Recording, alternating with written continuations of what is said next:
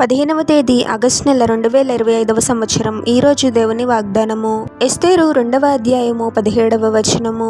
అతడు రాజ్య కిరీటమును ఆమె తల మీద ఉంచి ఆమెను వష్టికి బదులుగా రాణిగా నియమించెను. సహోదరి సహోదరులారా, ప్రభువు ఒక వ్యక్తిని హెచ్చించాలి అంటే దానిని ఎవరూ ఆపలేరు. ఎస్తేరు యూదురాలు, బెన్యామీను గోత్రానికి చెందినది. చిన్న వయసులోనే తన తల్లిదండ్రులను కోల్పోయి తన బంధువు చేత పెంచబడింది. అటువంటి ఎస్తేరును ప్రభువు రాణిగా నియమించాడు. ప్రజలకు కీడు చేయాలి అని హామాను అనే వ్యక్తి నుండి ఎస్తేరు ఆ ప్రజలను రక్షించుకోగలిగింది. ప్రభువు ఎన్నుకుంటే సాధారణమైన వ్యక్తి ద్వారా అసాధారణమైన క్రియలను జరిగిస్తాడు.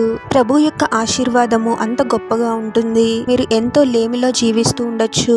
మీ ఆర్థిక పరిస్థితిని బట్టి అందరూ మిమ్మల్ని చులకనగా చూడవచ్చు. మీరు ఏమీ చేయలేని బలహీనులు అని మిమ్మల్ని తక్కువగా అంచనా వేయొచ్చు. ప్రభువునకు నమ్మకంగా జీవించండి. ప్రభు పట్ల భయభక్తులు గల జీవితాన్ని జీవిస్తూ ప్రభువునకు లోబడి ఉండండి.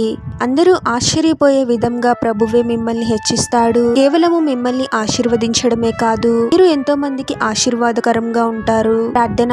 పరిశుద్ధుడవగు ప్రభువా, మీ పరిశుద్ధమైన నామమునకు తరతరములు యుగయుగముల మహిమ కలుగును గాక. మరొక నూతన దినంలోనికి మమ్మల్ని క్షేమంగా ప్రవేశింపచేసిన దేవా, మీకే స్తోత్రం తండ్రి. లేమి స్థితి నుండి ఉన్నత స్థితికి లేవనెత్తే గొప్ప దేవుడవు తండ్రి.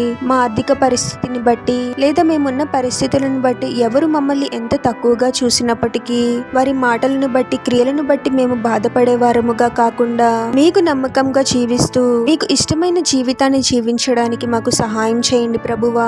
కేవలం మనుషులను సంతోషపెట్టి వారి నుండి ప్రశంసలను ఆశించే వారముగా మేము ఉండకూడదు, కానీ మీ చిత్తాన్ని జరిగిస్తూ మా జీవితాల ద్వారా మిమ్మల్ని మహిమపరిచే గణపరిచే వారముగా మేము ఉండాలి తండ్రి.